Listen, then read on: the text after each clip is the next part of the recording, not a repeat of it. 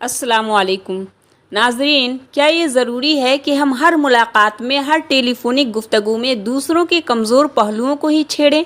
मसलन तुम्हारी बच्ची का अभी तक रिश्ता नहीं हुआ, बच्चे को नौकरी नहीं मिली, तुम्हारी शादी को इतना अरसा हो गया, अभी तक कोई खुशखबरी नहीं सुना रहे, 5 सालों में बस एक बच्चा, यार आगे का भी सोचो, रिश्ते से इनकार कर दिया, क्यों भाई ऐसा क्यों हुआ?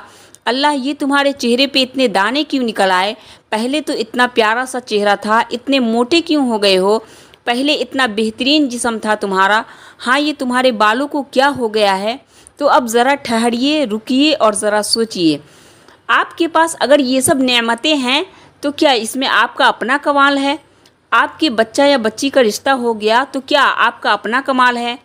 आपके बच्चे आला ओहदों पे, नौकरियों पे लग गए तो क्या इसमें आपका अपना कमाल है? नहीं, बिल्कुल भी नहीं, क्योंकि वो एक ज़ात ऊपर मौजूद है जो जानता है कि कौन सी चीज़ किस इंसान को किस वक्त में देनी है।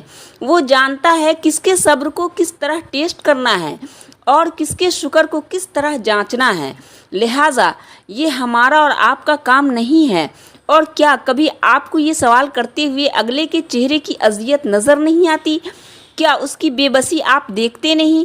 यकीनन सबको नज़र आती होगी, लेकिन कुछ लोग महज अपने चस्के और अपने दिल की उस फजूल तरीन तस्कीन के लिए ऐसा करते हैं।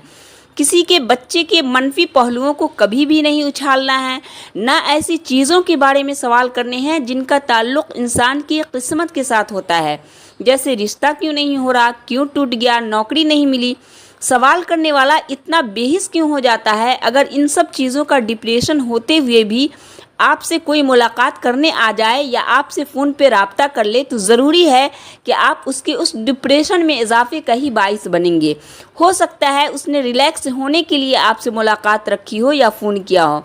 बराए करम तकलीफ़ का बाइस मत बने, उसे तसल्लियाँ भी मत दे जब तक वो ख़ुद अपना मसला आपसे डिस्कस ना करें, बल्कि आप किसी भी तरह इस मौजू को मत छेड़ें।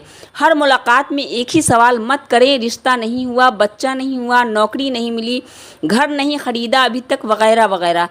आपको अक्ल इस्तेमाल करनी चाहिए और सोचना चाहिए कि जो भी होगा आपको वो खुद बता देंगे। बार बार पूछने का क्या मकसद है? अगर आपके साथ ऐसा कोई मसला नहीं है तो सवाल करने से पहले अपनी ज़ात को खुद उस जगह पर रख के सोचिए, शायद आप कुछ समझ पाएँ। आसानियाँ कीजिए, मोहब्बतें बाँटिए, पुरसुकून रहिए, पुरसुकून रहने दीजिए। नाज़रीन, इसी तरह की सबक आमोज़ बातें, सही हदीसें, सच्चे वाक़यात और मोटिवेशनल स्टोरी की मालूमात के लिए चैनल को लाइक, शेयर और सब्सक्राइब ज़रूर करें। अल्लाह हाफिज़।